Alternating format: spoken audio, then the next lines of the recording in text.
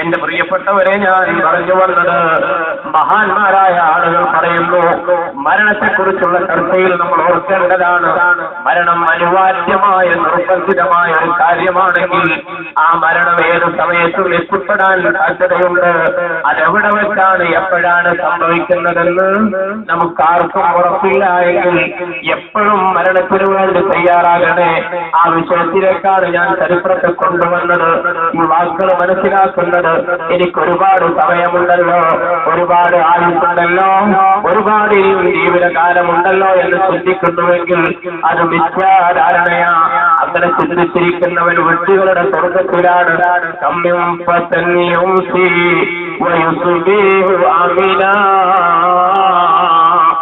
وقد نولجت أكفانه وهو لا يدري. മഹാന്മാര് പറയുന്നതുണ്ടോ, എത്രയെത്ര ചെറുപ്പക്കാരാണ്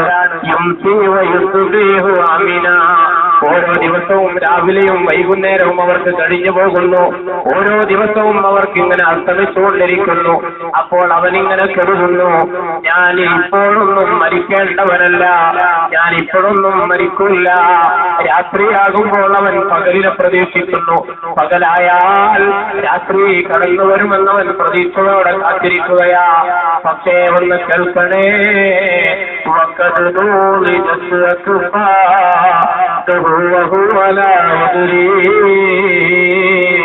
അവനെ പൊതിയാനുള്ള കപ്പക്കുടയുണ്ടല്ലോ, അവനെ പൊതിഞ്ഞു വെച്ചുകൊണ്ട് പള്ളിക്കൊടിയിലേക്ക് കൊണ്ടുപോകാൻ, കബറിടത്തിലേക്ക് കൊണ്ടുപോകാൻ അവന്റെ ശരീരം പൊതിയാനുള്ള കപ്പക്കുട അത് പുണ്യേതോ തെറ്റീരത്തിൽ ഒരുക്കപ്പെട്ടിട്ടുണ്ട്.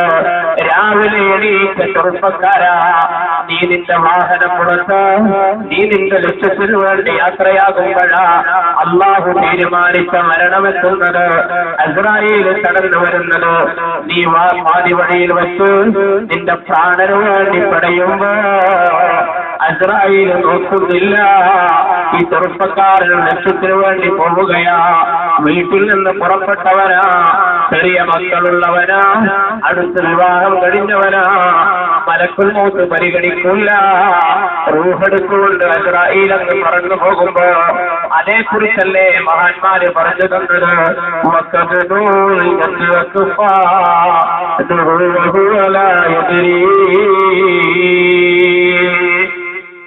അവന് വേണ്ടി ഒരുക്കപ്പെട്ട കഫംപുട തയ്യാറായി.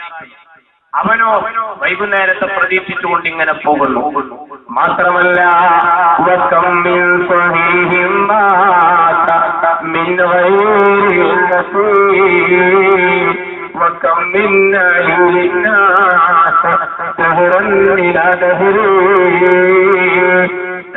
ായ ചെറുപ്പക്കാരൻ ചിന്തിക്കുന്നത്, എനിക്ക് ആരോഗ്യ പ്രശ്നങ്ങളില്ലല്ലോ, എനിക്ക് യാതൊരു തരത്തിലുള്ള ക്ഷീണവുമില്ലല്ലോ, വൃദ്ധന്മാരെ പോലെ ഷുഗറില്ല, പ്രഷറില്ല, അങ്ങനെയുള്ള അലട്ടുന്ന രോഗങ്ങളൊന്നും എനിക്കില്ലല്ലോ, പിന്നെ എന്തിന് ഞാൻ പേടിക്കണമെന്ന് ചിന്തിച്ചുകൊണ്ട മരണത്തെ കാണാത്തതെങ്കിൽ ഇനിയും ഒരുപാട് കാലം സുന്ദരമായി ജീവിക്കാമെന്ന ചിന്തയാണ് നിന്നെ കൊണ്ടുപോകുന്നതെങ്കിൽ അള്ളാഹുവിന്റെ മഹാന്മാര് പഠിപ്പിക്കുകയാ. എത്ര ആരോഗ്യവാന്മാരാ,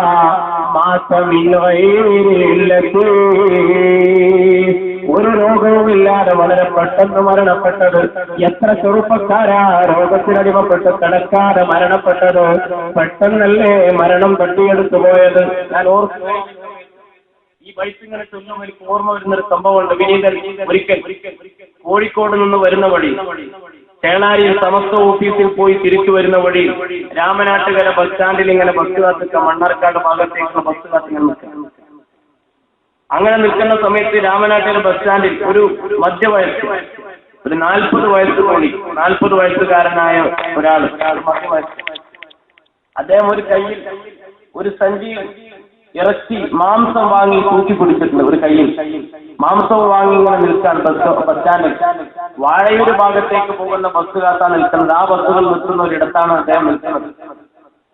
വീട്ടിലെന്തോ പരിപാടി ഉണ്ട്, അതിനുവേണ്ടി മാംസം അങ്ങാടിയിൽ നിന്ന് വാങ്ങിക്കൊണ്ടുപോവാം. അങ്ങനെ നിൽക്കുന്ന ചെറുപ്പക്കാരൻ വിനീതൻ എന്റെ 2 കണ്ണുകൊണ്ടും നേരിൽ കണ്ട ഒരു കാഴ്ച. 40 വയസ്സ് 45 വയസ്സിനുള്ളിൽ പ്രായമുണ്ടാകും. ഇങ്ങനെ നിൽക്കുന്ന ആ മനുഷ്യൻ പെട്ടെന്ന് കണ്ടു ആളുകളൊക്കെ നോക്കി നിൽക്കെ തന്നെ പിന്നിലോട്ടങ്ങ് തിരിഞ്ഞു, പിന്നിലോട്ടങ്ങ് മറിഞ്ഞു.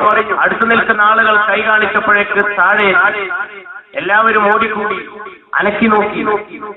ഒരു ചലനവുമില്ല, എല്ലാം നഷ്ടപ്പെട്ടിരിക്കുന്നു. കയ്യിലതാ തൂക്കിപ്പിടിച്ച സഞ്ചി നിശ്ചലമായ കയ്യിലിങ്ങനെ തറയിൽ കിടക്കുകയാ. 40 വയസ്സ് പ്രായമുള്ള ആ മനുഷ്യൻ എന്ത് ലക്ഷ്യത്തിന് വേണ്ടിയാ വന്നത്? അല്ലാഹു റബ്ബുൽ ഇസ്സത്ത് പറയുന്നതല്ലേ, പരിശുദ്ധ ഖുർആനിലൂടെ അല്ലാഹു ഓർമ്മപ്പെടുത്തിയതല്ലേ, വമാ തദ്രീ നഫ്സുൻ ബിഅയ്യി അർളിൻ തമൂത്. ഒരു മനുഷ്യൻ എവിടെ വെച്ചാ മരിക്കുന്നതെന്ന് അവനറിയില്ല. അങ്ങനെ മരണം അറിയുമായിരുന്നെങ്കിൽ ആ മനുഷ്യൻ വീട്ടിൽ എന്തു തന്നെ ഫംഗ്ഷനായാലും ശരി, എന്തു തന്നെ പ്രത്യേകതയുള്ള പരിപാടിയാണെങ്കിലും ശരി, ആ പരിപാടിക്ക് മാംസം വാങ്ങാൻ രാമനാട്ടുകരയിൽ വെച്ച് തന്റെ മരണം വരുമെന്നറിഞ്ഞാൽ, അസ്രായേൽ തന്നെ പിടിക്കുമെന്നറിഞ്ഞാൽ, രാമനാട്ടുകര ബസ് സ്റ്റാൻഡിൽ നിന്ന് വാഴയൂരിലേക്ക് ബസ് കയറാൻ എനിക്ക് സമയം കിട്ടൂല എന്ന് വിചാരം ആ സഹോദരന് നേരത്തെ എങ്ങാനുമുണ്ടെങ്കിൽ, എന്റെ പ്രിയപ്പെട്ടവരെ, എന്തു തന്നെയായാലും ആ ഭാഗത്തേക്ക് വരാൻ ആ മനുഷ്യൻ തയ്യാറാകുമോ? അതുകൊണ്ട് ദീർഘകാലത്തെ ആയുസ്സിനെ പ്രതീക്ഷിക്കണ്ട. ഹബീബായ നബി സല്ലല്ലാഹു അലൈഹി വസല്ലം തങ്ങൾ പഠിപ്പിച്ചില്ലേ, മഹാന്മാർ ഓർമ്മപ്പെടുത്തിയില്ലേ, മിൻ സഹീഹിൻ മാത മിൻ ഗൈരില്ലത്തി. സാന്ദർഭികം ഒരു അനുഭവം കൂടി സൂചിപ്പിക്കാം. വിനീതൻ ജോലി ചെയ്യുന്ന വാഴമ്പറാണ്, നിങ്ങളൊക്കെ അറിഞ്ഞു കാണും. ഏകദേശം ഒരു 2-3 വർഷം മുമ്പ്, അല്ലെ, ഒരു 3 വർഷം മുമ്പ് ദൃഢഗാത്രരായ 2 ചെറുപ്പക്കാർ, മധ്യവയസ്കരായ യുവത്വം പിന്നിട്ട് ആ നല്ല സമയത്തിലേക്ക്, ഒരു മനുഷ്യന്റെ മിതപ്രായത്തിലേക്ക് പ്രവേശിക്കുന്ന 2 മനുഷ്യന്മാർ. ആ പ്രദേശത്തെ എല്ലാ പ്രവർത്തനങ്ങളിലും മുമ്പിലുണ്ടായിരുന്ന 2 വ്യക്തികൾ. നിങ്ങളൊക്കെ പത്രങ്ങളിലൂടെയൊക്കെ വായിച്ചു കാണും. പലപ്പോഴും പലരും ആ ജനാദ കർമ്മങ്ങളിലൊക്കെ പങ്കെടുത്തു കാണും. വളരെ നാടിൽ നടുക്കിയ ഒരു ദുരന്തമായിരുന്നു. എന്റെ പിന്നിലിരിക്കുന്ന എന്റെ കൂടെ വന്ന സുഹൃത്ത് ഫദ്ലുദ്ദീൻ ഫൈസിയുടെ അയൽവാസികളായ അടുത്ത് വെച്ച്, വീടിന്റെ തൊട്ടടുത്ത് വെച്ചാണ് സംബന്ധിച്ചത്. എന്നത്തെയും പോലെ ഒരു വെള്ളിയാഴ്ച ദിവസം ചുമട്ട് തൊഴിലാളികളായി ജോലി ചെയ്യുന്ന സഹോദരന്മാർ സാധാരണ പോലെ, അന്ന് വെള്ളിയാഴ്ച അവർ സാധാരണ തൊഴിലിനിറങ്ങാറില്ല. വെള്ളിയാഴ്ച നേരത്തെ ചുമക്ക് വരാനും മറ്റു സൗകര്യത്തിനും വേണ്ടി അവർ തൊഴിലെടുക്കാറില്ല. അന്ന് ധൃതി പറഞ്ഞുകൊണ്ട് ആരോ അത്യാവശ്യം പറഞ്ഞുകൊണ്ട് വിളിച്ചപ്പോ രണ്ടാളുകൾ പോയി. അവരന്ന് വാഹനത്തിൽ അവരുടെ തൊഴിലെടുത്തു, കല്ലൊക്കെ കയറ്റി വാഹനത്തിൽ വന്നുകൊണ്ടിരിക്കുക. വാഹനത്തിന്റെ ബ്രേക്ക് നഷ്ടപ്പെട്ടുകൊണ്ട് ആ വാഹനം നേരെ കുത്തനെ ചെന്നു മറിഞ്ഞു. ഈ കല്ലുകളും കഷ്ണങ്ങളുമായി അതിനടിയിൽപ്പെട്ടുകൊണ്ട് ആ 2 ജീവനുകൾ പടഞ്ഞു മരണം. നോക്കൂ നിങ്ങൾ, എത്ര അർത്ഥവത്താണ്, ചിന്തിക്കേണ്ടതാണ്, ആലോചിക്കേണ്ടതാണ് എന്റെ പ്രിയപ്പെട്ടവരെ. ആ മനുഷ്യരെങ്ങാനും രാവിലെ വീട്ടിൽ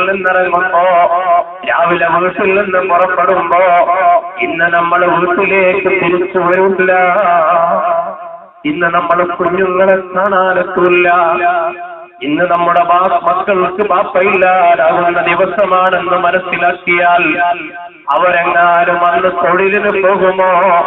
അവരെങ്ങാനും അന്ന് എന്തൊരു ഡിഗ്രിയാണെങ്കിലും, എന്ത് കത്താളമാണെങ്കിലും, ഏതു തരത്തിലുള്ള അർഹതയാണെങ്കിലും അന്നവര് തൊഴിലിന് പോകുമോ? ചിന്തിക്കേണ്ടതല്ലേ? അതാണ് മഹാന്മാര് പറഞ്ഞത്,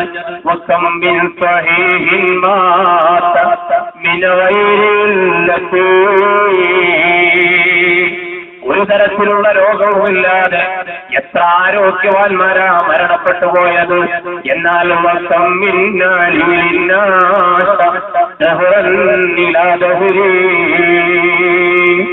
എത്ര അർത്ഥവത്തായ വാക്കുകളാണ് അല്ലേ? രോഗം സഹിച്ചുകൊണ്ട് ഞാനൊന്നും മരിച്ചെങ്കിൽ എന്റെ ജീവനങ്ങൾ പിരിഞ്ഞെങ്കിലെന്ന് ആഗ്രഹിച്ചുകൊണ്ട് ആശുപത്രി കിടക്കയിൽ മരണത്തോടെ മല്ലടിച്ചുകൊണ്ട് കിടക്കുന്ന എത്ര രോഗികളാണ്. മരണത്തെ ആഗ്രഹിച്ചുകൊണ്ട് കിടക്കുന്ന എത്ര പേരാ.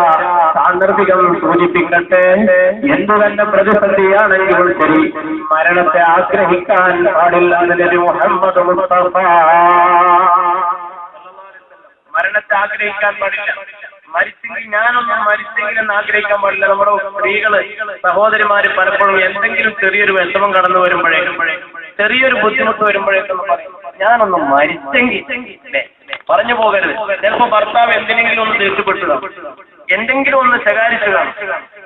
ഭർത്താവിന്റെ ഒരു സൗകര്യം കിട്ടാത്തതിന്റെ പേരിൽ എന്തെങ്കിലും ഒക്കെ ഒന്ന് ദേഷ്യപ്പെട്ട് വർത്തമാനം പറഞ്ഞാൽ ഞാനൊന്ന് മരിച്ചെങ്കിൽ പറഞ്ഞു പോകരുത്. അങ്ങനെ ആഗ്രഹിക്കരുത്. മരണത്തെ മോഹിക്കാൻ പാടില്ല. അത്ര നിർബന്ധിതമായ സാഹചര്യത്തിലാണെങ്കിൽ പോലും അല്ലാഹുവിന്റെ റസൂൽ പറയുന്നത് എന്താണെന്നറിയോ? ഞാനൊന്ന് മരിച്ചെങ്കിലെന്ന് നേരിട്ട് പറയാൻ പാടില്ല. അങ്ങനെ മരണത്തെ നേരെ ആഗ്രഹിക്കാൻ പാടില്ല. പിന്നെ പറയേണ്ടതെന്താ?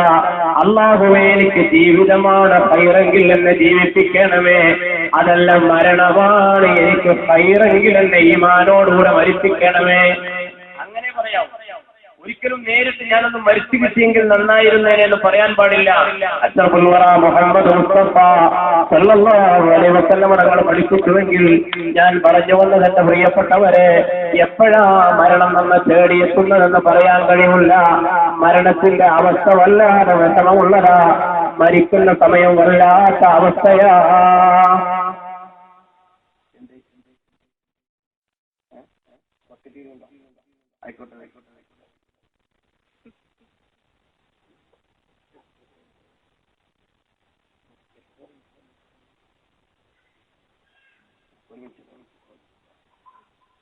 സഹോദരങ്ങളെ, വളരെ നല്ല രീതിയിൽ സുന്ദരമായ സംവിധാനങ്ങളൊക്കെ ഒരുക്കി ഇവിടെ പ്രവാസം നിർവഹിക്കുന്ന ഉസ്താദുമാരുടെ ശബ്ദം കൃത്യമായി വളരെ ഭംഗിയായി നിങ്ങളിലേക്ക് എത്താൻ വേണ്ടി ഈ കാണുന്ന സംവിധാനങ്ങളൊക്കെ ഒരുക്കി ഇവിടെ ഇതിങ്ങനെ പരിപാടി നടത്തുന്നതിൽ ഭീമമായ സാങ്കേതിക ചെലവുണ്ട്. നിങ്ങൾക്കൊക്കെ അറിയാം. അത് നേടൽ